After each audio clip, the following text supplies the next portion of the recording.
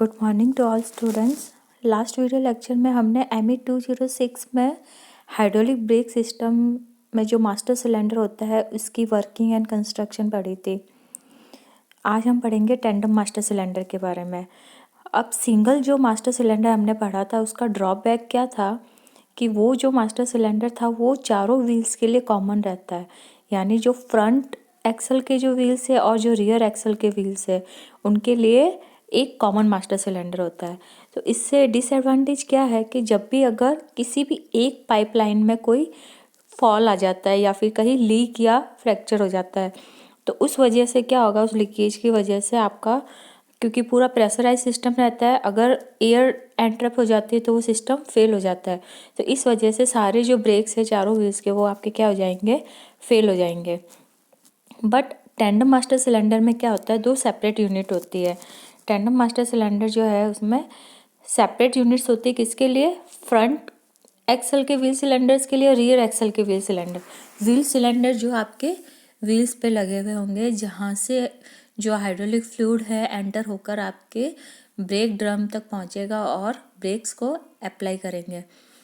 तो जो दो सेपरेट यूनिट है उससे एडवांटेज क्या मिलता है कि अगर किसी भी एक लाइन में कुछ लीक या कुछ फॉल आ जाता है, इस वजह से आपके सिर्फ एक एक्सल के जो दो व्हील्स होंगे वो आपके वहाँ पर ब्रेक सिस्टम आपका फेल हो जाएगा। बट जो रिमेनिंग, अगर सपोज फ्रंट एक्सल पे जो ब्रेक्स लगे हुए हैं वहाँ की जो पाइपलाइन है वहाँ पर लीक हो गया है तो फ्रंट एक्सल में जो ब्रेक्स लग रहे हैं व्हील पर वो काम नहीं करेंगे, बट जो रियर एक्सल के व्हील्स पर जो ब्रेक सिस्टम है वो आपका इफेक्टिवली वर्क करेगा। तो एट अ टाइम आपका जो पूरा ब्रेकिंग सिस्टम फेल नहीं होगा, आपके एटलीस्ट टू व्हील्स है उस पर ब्रेक्स इजीली अप्लाई होगा। टेंडम मास्टर सिलेंडर में होता क्या है, it is a simple master cylinder is mostly use in all small and medium type of vehicles. जो स्मॉल और मीडियम साइज के व्हीकल्स है उसमें सिंगल मास्टर सिलेंडर यूज में आता है। Tandem master cylinder is the master cylinder with to separate cylinders and reservoirs in the same master cylinder assembly. आपकी जो मास्टर सिलेंडर का जो आउटर एरिया यानी वो असेंबली वो कॉमन रहेगी, अंदर आपके क्या रहेंगे, दो सेपरेट यूनिट रहेंगे, दो सिलेंडर्स अलग अलग रहेंगे, एक रहेगा फ्रंट के लिए और दूसरा रहेगा रियर के लिए। One operating front brakes and the other operating rear brakes. This master cylinder avoids the possibility of all the brakes of a vehicle being put out of order by a leak or fracture in the pipeline leading to one wheel cylinder. यही बताया भी कि जो हमने एक pipeline में अगर कहीं पे लीक या फ्रैक्चर है उस वजह से आपके चारों जो व्हील्स है वहाँ पर ब्रेक्स आपके फेल नहीं हो गए, उस पॉसिबिलिटी को वो क्या करता है, अवॉइड करता है, रोकता है। अब हम इसकी कंस्ट्रक्शन में देख सकते हैं, ये इसका लाइन डायग्राम बना हुआ है।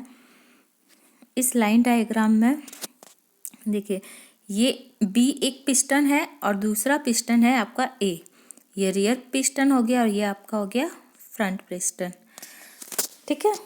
अब यहाँ पर ये टू सिलेंडर्स हो गए, 1 एंड 2, तो ये 1 सिलेंडर वर्क करेगा इसके लिए, 2 सिलेंडर वर्क करेगा इसके लिए। अब पिस्टन बी के आगे जो है सिलेंडर एरिया, वहाँ पे एक एरो देखा रखा है बी, उसमें लिखा है फ्रंट ब्रेक्स, यानी यहाँ से जो पाइपलाइन जाएगी, हाइड्रोलिक फ्लूइड जो जाएगा वो किस में जाएगा, फ्रंट ब्रेक्स के व्हील सिलेंडर में। एंड यहाँ से जो जाएगा ए एरिया वो किस में जाएगा, आपका जो रियर ब्रेक्स है उनके व्हील सिलेंडर में।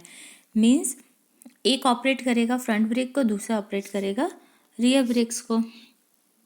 लाइन डायग्राम में हम इसको ऐसे शो करेंगे एंड एक्चुअल डायग्राम में जो सिंगल मास्टर सिलेंडर का डायग्राम हमने पढ़ा था वैसे उसमें बस सेम चीज़ें क्या हो जाएगी, दो यूनिट में हो जाएगी। Figure shows a single line diagram of a tandem master cylinder. Two pistons have been shown which are in line with each other. दो पिस्टन है A and B, वो एक ही लाइन में रहते हैं। If line A fails, the piston A bottoms against the end of the cylinder, while the piston B continues to develop pressure in the line B.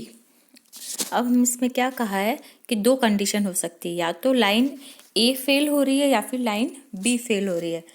अब suppose first condition हम assume करते हैं कि line ए fail हो गई, means यहाँ की जो पाइपलाइन है उसमें कुछ लीक या फ्रैक्चर आ गया है, तो ये लाइन ए आपकी क्या हो गई, फेल हो गई। अब क्या होगा, जो पैडल है, पैडल का प्रेशर आएगा आपका इस सिलेंडर पर।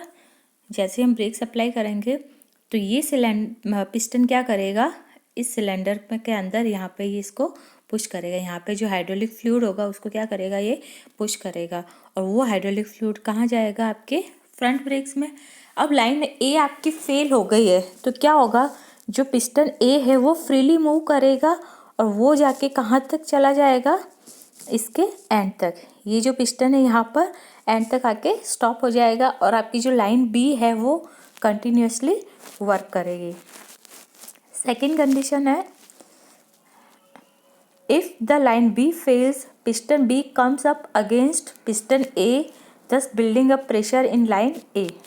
अब सेकेंड कंडीशन में हम देखते हैं कि अगर लाइन बी फेल हो जाती तो क्या होगा, कि जैसे आपका यहाँ से पैडल का प्रेशर लगा तो अब बी लाइन फेल हो गई, यानी इसमें क्या हो गई, एयर एंट्रैप हो गई है।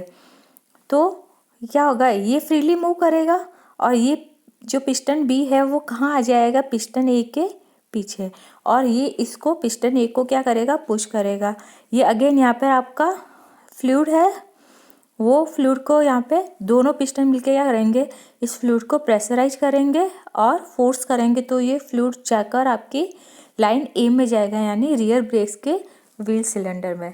इस तरह से अगर किसी भी कंडीशन में एक लाइन फेल हो रही तो दूसरी लाइन आपकी इफेक्टिवली वर्क कर रही, यानी आपका पूरा ब्रेकिंग सिस्टम फेल नहीं होता है। डिप्रेसिंग, अब इसकी वर्किंग में हम देखते हैं, depressing the brake pedal moves the rear piston inwards, developing pressure in the operating cylinder for front brakes. Since the front piston is free to move along the cylinder, so it also moves ahead, developing an equal pressure in the operating cylinder for rear brakes. जब हम एक line fail हो रही है front की तो क्या होगा, वो पिस्टन आपका फ्रीली मूव करने लग जाएगा और वो दूसरे पिस्टन के आके उस पर फोर्स करेगा और वो दोनों मिलके क्या करेंगे, आगे सिलेंडर में जो फ्लूइड है उसको प्रेशराइज करेंगे, उसको फोर्स करेंगे। तो इस तरह से आपका टेंडम मास्टर सिलेंडर वर्क करता है। नेक्स्ट है व्हील सिलेंडर। अब हमने जो मास्टर सिलेंडर से जो फ्लूइड जाता है हाइड्रोलिक पाइपलाइन के थ्रू किस में जाता है, व्हील सिलेंडर में। तो व्हील सिलेंडर क्या होता है, ये इसका कंस्ट्रक्शन हम देख सकते हैं कि इसमें यहाँ पर आपके ये सबसे पहले क्या होगा, ये जो फ्लूइड आएगा वो कहाँ से आएगा, आपके ये ऑयल होल जो दे रखा है यहाँ से आपका हाइड्रोलिक फ्लूइड क्या करेगा, इसमें एंटर करेगा। अब इसके अंदर बीच में ये सिलेंडर पिस्टन अरेंजमेंट है, ये हो गया piston 1 and this one is piston 2, ठीक है। अब यहाँ पर आपका फ्लूइड फिल होगा और ये जो फ्लूइड है वो क्या करेगा, पिस्टन को फोर्स करेगा ऐसे बाहर की तरफ। तो ये पिस्टन और दोनों पिस्टन किससे कनेक्टेड है, एक स्प्रिंग के थ्रू कनेक्टेड है।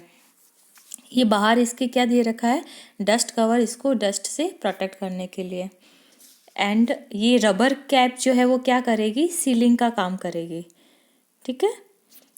ये है सेकंड जो पोर्ट दे रखा है, एक पोर्ट हो गया आपका ऑयल होल जहाँ से ऑयल एंटर करेगा जो हाइड्रोलिक फ्लूइड ऑयल है, और सेकंड होल है ब्लीड पोर्ट। ये जो हम नेक्स्ट यूनिट में पढ़ेंगे कि हाइड्रोलिक ब्रेक्स में एक ब्लीडिंग ऑपरेशन किया जाता है, उसके लिए ये ब्लीड पोर्ट, उसकी क्लीनिंग के लिए, तो उसके लिए ये ब्लीड पोर्ट दे रखा है। तो ये हो गई इसकी हमारी कंस्ट्रक्शन। अब इसकी वर्किंग के बारे में हम देखते हैं कि ये वर्क कैसे करेगा। When the brakes are applied, the brake fluid enters the cylinder to force out the two pistons in opposite direction. This motion is transmitted to the brake shoe directly or through links, force them against the brake drum, thus applying the brake. The copper-coated tin-plated annealed steel tubing and flexible hoses are used to connect the master cylinder to the wheel cylinder. अब क्या होता है, when the brakes are applied, the fluid under pressure from the master cylinder enters the inlet port B, forces the piston to move outward to push the shoe against the drum. And when the brakes are released, the brake shoe retractor spring force the brakes fluid out of the wheel cylinder by pushing the pistons inward. अब हम इसकी working देखते हैं। दो condition होगी, when the brakes are applied and when the brakes are release. जब brakes applied होंगे means यहाँ से मास्टर सिलेंडर से फ्लूइड जो है हाइड्रोलिक पाइपलाइन के थ्रू, जो स्टील की जो ट्यूबिंग है उसके थ्रू यहाँ पर एंटर करेगा। यहाँ से हाइड्रोलिक फ्लूइड ने एंटर किया। अब ये जो फ्लूइड है वो क्या है आपका प्रेशराइज फ्लूइड। ये प्रेशराइज फ्लूइड क्या करेगा, फोर्स करेगा किसको, पिस्टन को। पिस्टन को धक्का देगा अपोजिट डायरेक्शन में, क्योंकि ये प्रेशराइज फ्लूइड यहाँ एंटर हुआ है। ये इस पिस्टन को क्या करेगा, फोर्स करेगा। अब पिस्टन को धक्का लगेगा अपोजिट डायरेक्शन में, तो ये पिस्टन इस डायरेक्शन में मूव करेगा और ये पिस्टन इस डायरेक्शन में। इनका जो कनेक्शन होता है वो किससे होता है, आपका ब्रेक ड्रम से। तो ब्रेक ड्रम में जो ब्रेक शूज लगे हुए होंगे वो आपके यहाँ पर ऐसे कनेक्टेड रहेंगे। तो ये जो पिस्टन किसको फोर्स करेंगे, ब्रेक शू को। जब हमने हाइड्रोलिक ब्रेक्स का लेआउट पढ़ा था तब उसमें बताया था कि व्हील सिलेंडर से जो फ्लूइड आता है वो आगे यहाँ पे ब्रेक शू से कनेक्टेड रहता है, ब्रेक शू आगे आपके ब्रेक ड्रम से। तो ये शू पुश करेंगे ब्रेक ड्रम को और ब्रेक ड्रम क्या हो जाएंगे, स्टॉप हो जाएंगे। ब्रेक ड्रम स्टॉप हो गए मीन्स क्या होगा, जो आपका व्हील है वो स्टॉप हो गया। सेकंड कंडीशन होगी when the brakes are release. Brakes applied की कंडीशन में हो गए कि दोनों तरफ से क्या होगा, ये जो है पिस्टन है वो ब्रेक शू को क्या करेंगे, पुश करेंगे। अब जब ब्रेक्स रिलीज होंगे तो क्या होगा, यहाँ से फ्लूइड आपका वापस एंटर करेगा किसमें, मास्टर सिलेंडर में। मीन्स यहाँ पर प्रेशराइज फ्लूइड नहीं रहा है, यहाँ वैक्यूम क्रिएट हो गया, प्रेशर रिलीज हो गया है। तो ये जो रिट्रैक्टर स्प्रिंग है ये अपना फंक्शन करेगी। ये स्प्रिंग है तो ये क्या करेगी, ये जब पिस्टन बाहर की तरफ मूव किया तब स्प्रिंग आपकी क्या हुई है, एक्सपांड हुई है, क्योंकि उस पर फोर्स लगा हुआ। अब जैसे फोर्स हटा, फोर्स कौन सा, जो प्रेशराइज्ड फ्लूइड का फोर्स था, प्रेशर था वो। अब जैसे वो प्रेशर रिमूव होगा तो क्या होगा, ये स्प्रिंग अपनी इलास्टिसिटी के गुण के कारण क्या होगी, वापस अपनी ओरिजिनल शेप में आएगी। तो ये स्प्रिंग दोनों पिस्टन को कनेक्ट किए हुए है।